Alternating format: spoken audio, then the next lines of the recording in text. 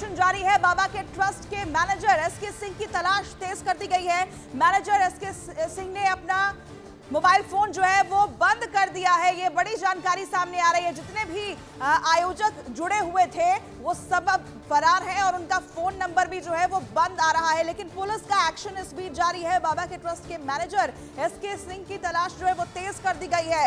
Manager SK Singh ने अपना phone जो है वो बंद कर लिया है, लेकिन अलग अलग जगहों पर इस वक्त छापेमारी चल रही है ताकि बाबा और जो आयोजन करता थे उन सबको गिरफ्त में लिया जा सके।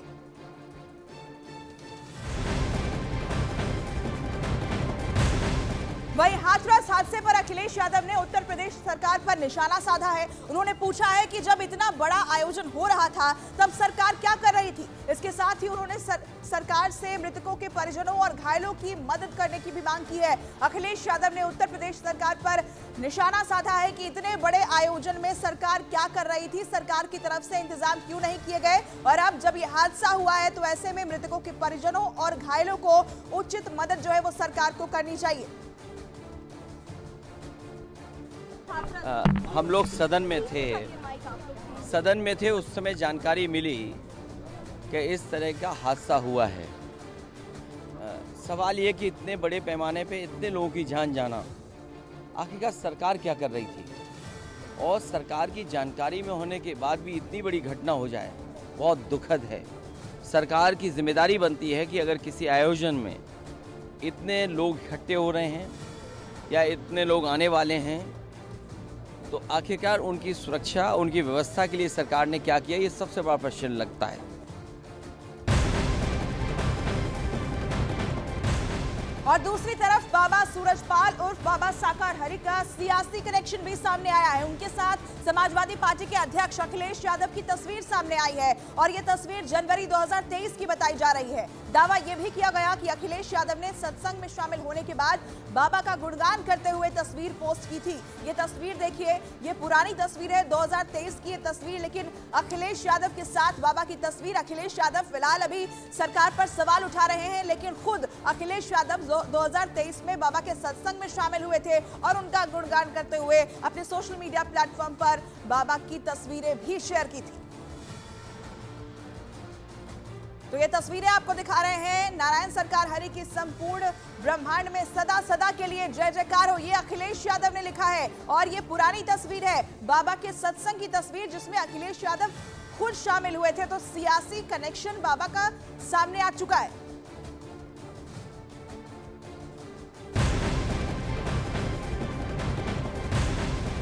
और इस हादसे से जुड़ी इस वक्त की बड़ी खबर आपको बताते हैं। हाथरस में मृतकों की संख्या अब 121 तक पहुंच चुकी है। कई ऐसे घायल हैं जो इस वक्त अस्पताल में भर्ती है, उनकी हालत क्रिटिकल बनी हुई है, लेकिन मृतकों की संख्या इस बीच बढ़ गई है। कुल मृतकों की संख्या अब तक 121 पहुंच चुकी है। जिस तरीके से भगदड़ मची थी उसके बाद लगातार मरने वालों की तादाद में इजाफा होता जा रहा है, क्योंकि कई लोग गंभीर रूप से घायल हैं, अस्पताल में वो भर्ती है। और आपको बता दें कि कई लोगों की जान इस वजह से गई क्योंकि जब वो अस्पताल पहुंचे तो हाथरस के अस्पताल में डॉक्टर नहीं थे। सिर्फ एक डॉक्टर आखिर कितने मरीजों का इलाज करते, और इस वजह से भी, यानी समय पर इलाज न मिलने की वजह से भी कई लोगों की जान चली गई है। अब तक कुल मृतकों की संख्या बढ़कर 121 तक पहुंच चुकी है। और इसी खबर पर ज्यादा जानकारी के साथ न्यूज 18 इंडिया के हमारे सहयोगी मानव हमारे साथ जुड़ रहे हैं, जो कि इस वक्त घटनास्थल पर मौजूद हैं। मानव, 121 तक ये संख्या पहुंच चुकी है मृतकों की, कई लोग अभी भी गंभीर रूप से घायल हैं। क्या और अपडेट इस खबर से जुड़ी हुई आपके पास? बिल्कुल, देखिए, रात को बताया गया था कि 116 लोगों की मौत हुई है, लेकिन ये आंकड़ा बढ़कर 121 हो गया है। स्थानीय लोग इस आंकड़े को और कई गुना ज़्यादा बताते हैं, कहते हैं कि 200 के आसपास आंकड़ा होना चाहिए। ये दावा आसपास के लोगों का है, लेकिन हमें सरकारी आंकड़े पर जाना पड़ेगा, लेकिन वो आंकड़ा 121 का हो गया है। फिलहाल मैं उसी मंच पर मौजूद हूँ। काफ़ी तेज़ बारिश यहाँ पर हो रही है। थोड़ी देर पहले फॉरेंसिक टीम यहाँ पर पहुँची थी और तमाम सबूत यहाँ पर इकट्ठे किए जा रहे हैं, क्योंकि बाबा के जो सेवादार हैं उन पर कहीं ना कहीं गंभीर आरोप यहाँ पर लगाए गए हैं।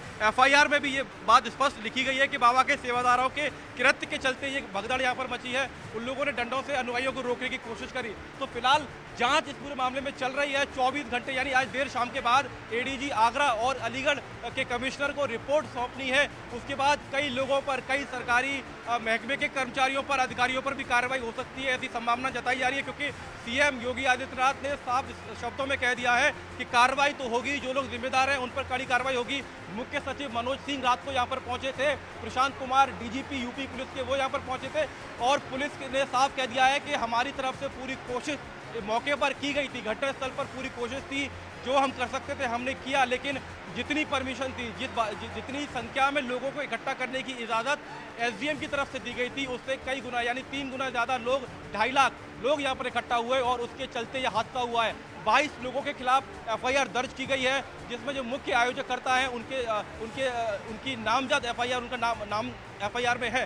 तो इस तरीके से अब कार्रवाई हो रही है, तेज कार्रवाई हो रही है। देर शाम तक कई अधिकारियों पर इसकी गाज भी गिर सकती है। पूजा बिल्कुल, लेकिन मानव ये देखिए, एक तो ये हादसा होता है, ऊपर से ये मानवता को शर्मसार करने वाली बात है कि मदद करने के बजाय वहां पर साक्ष्यों को छिपाया जाता है, मिटाया जाता है और इस पर जाहिर तौर पर एक्शन होना चाहिए हर उसके आयोजक के खिलाफ जो इसमें शामिल था।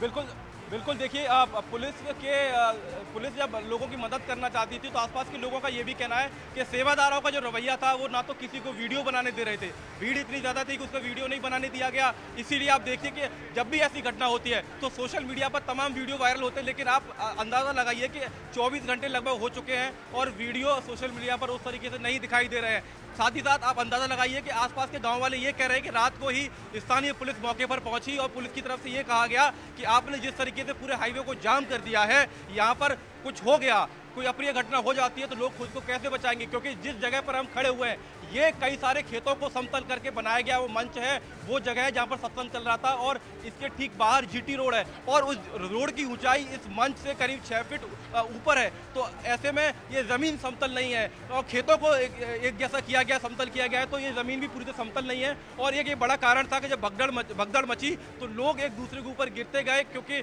जो बुजुर्ग और महिलाएं थी वो जस के तरफ जहाँ थे वहीं बैठ गए और जो महिलाएं बाबा की गाड़ी के पीछे धूल समेट रहे थे। आप अंदाजा लगाइए अंधविश्वास किस कदर पहुंचता है लोगों का कि बाबा की गाड़ी गुजर रही थी, गाड़ी के पीछे धूल रही थी और उनके अनुयायी उनकी धूल को समेट रहे थे, उनकी धूल को समेटना चाहते थे और उसी वक्त ये हादसा हुआ। ये कहानी आसपास के गांव वाले बताते हैं। आप बने रहिएगा हमारे साथ, आगे भी हम आपसे जुड़ेंगे अपडेट्स के लिए। लेकिन इस बीच उत्तर प्रदेश सरकार की तरफ से बयान सामने आया। उत्तर प्रदेश सरकार का ये कहना है कि हाथरस हादसे की जांच जारी है और दोषियों के खिलाफ सख्त से सख्त कार्रवाई की जाएगी। तो वहीं विपक्ष ने प्रशासन पर ही सवाल खड़े किए हैं। जितने भी मृतक हैं उनके साथ में हम सब लोग, हमारी सरकार है।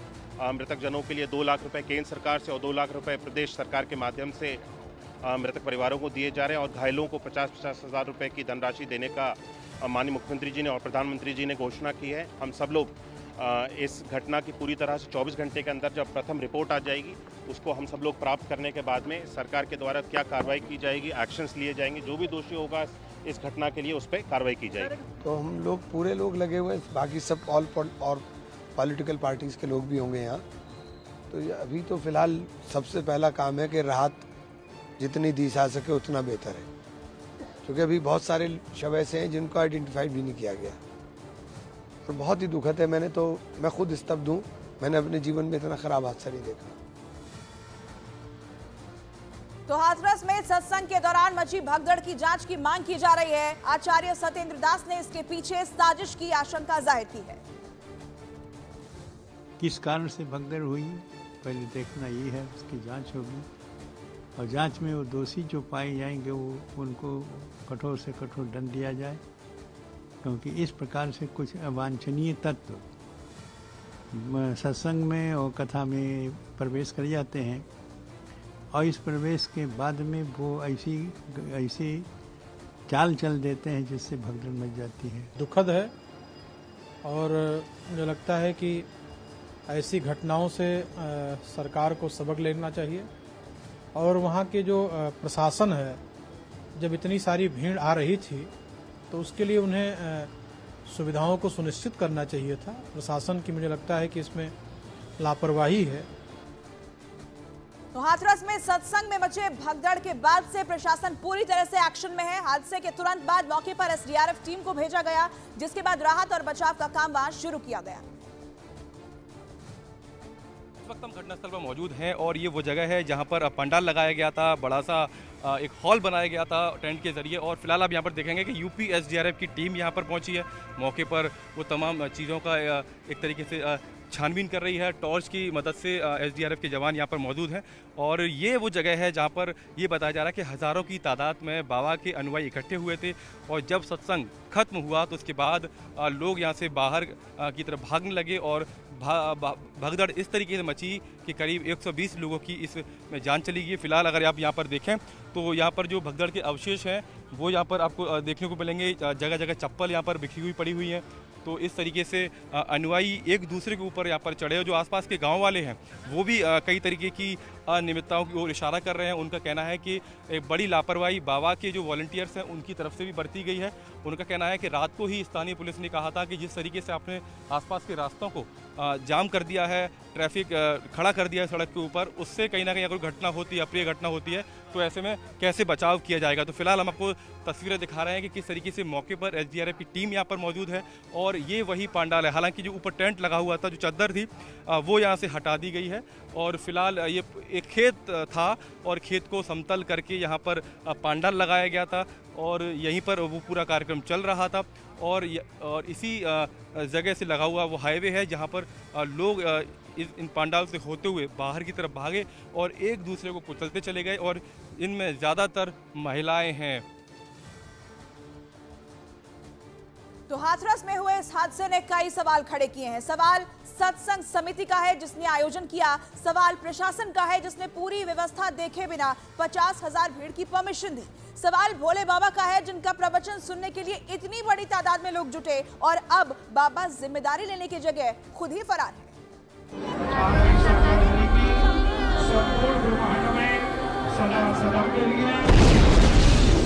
भगदड़,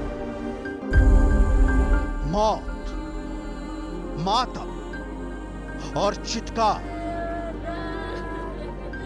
जुलाई के पहले मंगल को ही अमंगल हो गया।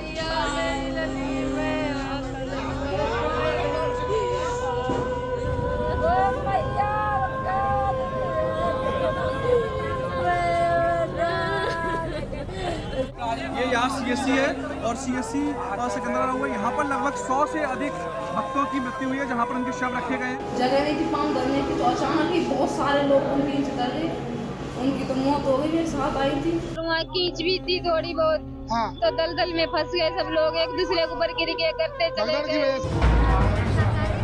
हाथरस में 50,000 की भीड़ जुटी थी। भोले बाबा का प्रवचन सुनने लोग उमड़ पड़े थे। पंडाल और पंडाल के बाहर खचाखच भीड़ जुटी थी। सब ठीक चल रहा था। भोले बाबा मंच से ज्ञान दे रहे थे, लोग भक्ति भाव में हाथ बांधे सुन रहे थे। किसी को तनिक भी इस बात का भान नहीं था कि सत्संग सिमटा और मौत की लहर उन्हें डुबो ले जाएगी।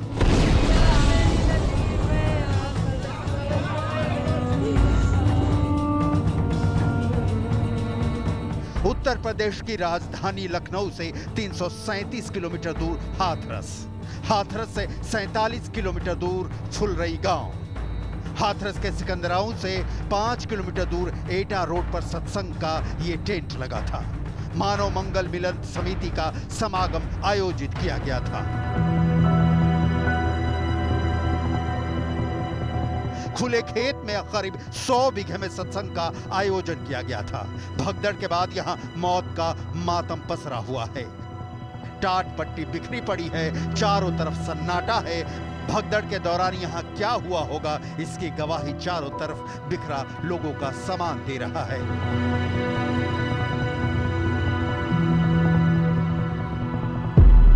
सवाल है आखिर भगदड़ कैसे हुई? सत्संग के लिए 50,000 लोग जुटने वाले थे तो इसकी व्यवस्था की जिम्मेदारी किसकी थी? भोले बाबा का समागम हो रहा था, जिसमें जब समागम अंत हो रहा था तो उस समय अत्यधिक उमस के कारण जब वहाँ से लोग निकलने को हुए तो उस समय ये घटना कारित हुई है।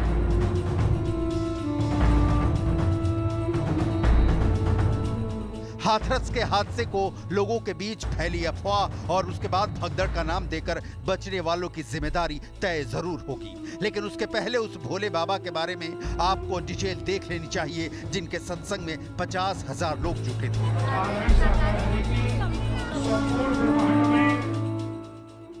जिन भोले बाबा के सत्संग में यह हादसा हुआ वो पहले पुलिस विभाग में थे। नौकरी छोड़कर उन्होंने प्रवचन करना शुरू कर दिया था। एटा जिले के पटियाली गांव के रहने वाले हैं और साकार विश्व हरि के नाम से जाने जाते हैं।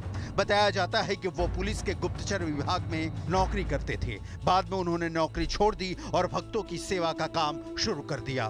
भोले बाबा अपनी पत्नी के साथ सत्संग का कार्यक्रम करते हैं। उनके सत्संग में हजारों की संख्या में लोग आते हैं। कहा जा रहा है कि कोरोना के समय भी भोले बाबा का सत्संग कार्यक्रम विवादों में आया था। तब उन्होंने अपने सत्संग के लिए सिर्फ 50 लोगों के शामिल होने की अनुमति मांगी थी, लेकिन बाद में 50,000 से ज्यादा लोग उनके सत्संग में आए। भारी भीड़ के चलते प्रशासनिक व्यवस्था चरमरा गई थी। इस बार भी कहा जा रहा है कि कार्यक्रम के लिए जितने लोगों के शामिल होने की बात प्रशासन को बताई गई थी, उससे ज्यादा लोग जुट गए थे। सत्संग के बाद भोले बाबा अपने अमले के साथ स्थल से निकल गए और अपने पीछे रौदे हुए लोगों को, जख्मी और लहूलुहान लोगों को, दर्द से तड़पते और चीखते लोगों को, अपनों की तलाश करते लोगों को छोड़ गए।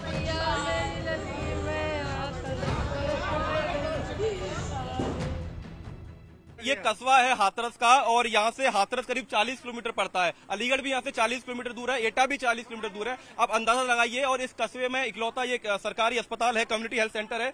इसके जिम्मे जब शुरुआत में करीब सारे शव यहाँ पर लाए गए तो इसके जिम्मे, इस कम्युनिटी सेंटर के जिम्मे पूरी जिम्मेदारी थी। और जो चश्मदीदों की बाइट्स हमने सुनी है, जिनके बयान हमने सुने हैं, वो उसमें कह रहे थे कि यहाँ पर उतने डॉक्टर्स नहीं थे। आप सर कहाँ से आए हैं, क्या हुआ है, क्यों आप से आए? अच्छा, बहनोई हमारे कुंजलपुर गए हैं। हाँ। रामघाट रोड पर। हाँ। वहाँ से पहुँचे नहीं घर पे। जब घटना हुई तब से आप लोग तलाश रहे हैं? हाँ। कहाँ अब तक देख के आ चुके हैं? एटा देखा है, जहाँ देख लिया।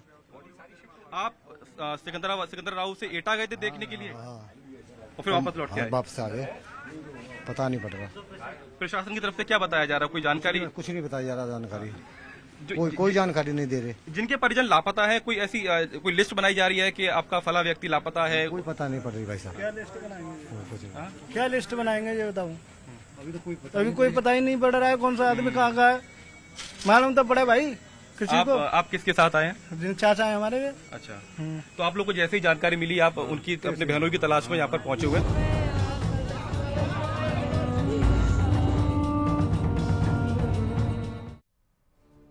संत समाज हाथरस में सत्संग के दौरान मची भगदड़ की जांच की मांग कर रहा है। इसके साथ ही कथा के दौरान जो कुछ भी हुआ उसकी जांच की भी मांग की जा रही है।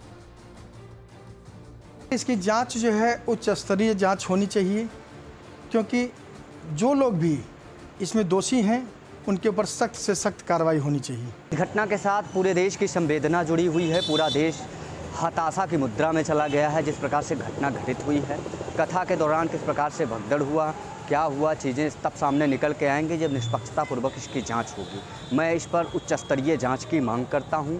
सत्संग में आए थे और ये हादसा हुआ और उनकी जाने गई, भगवान उनकी आत्मा को शांति दें।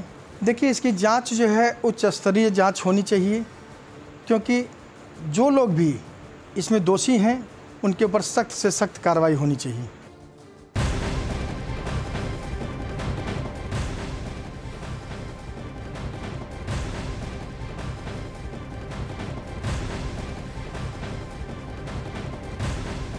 तो बड़ी खबर हम आपको बता रहे हैं, हाथरस हादसे से जुड़ी हुई।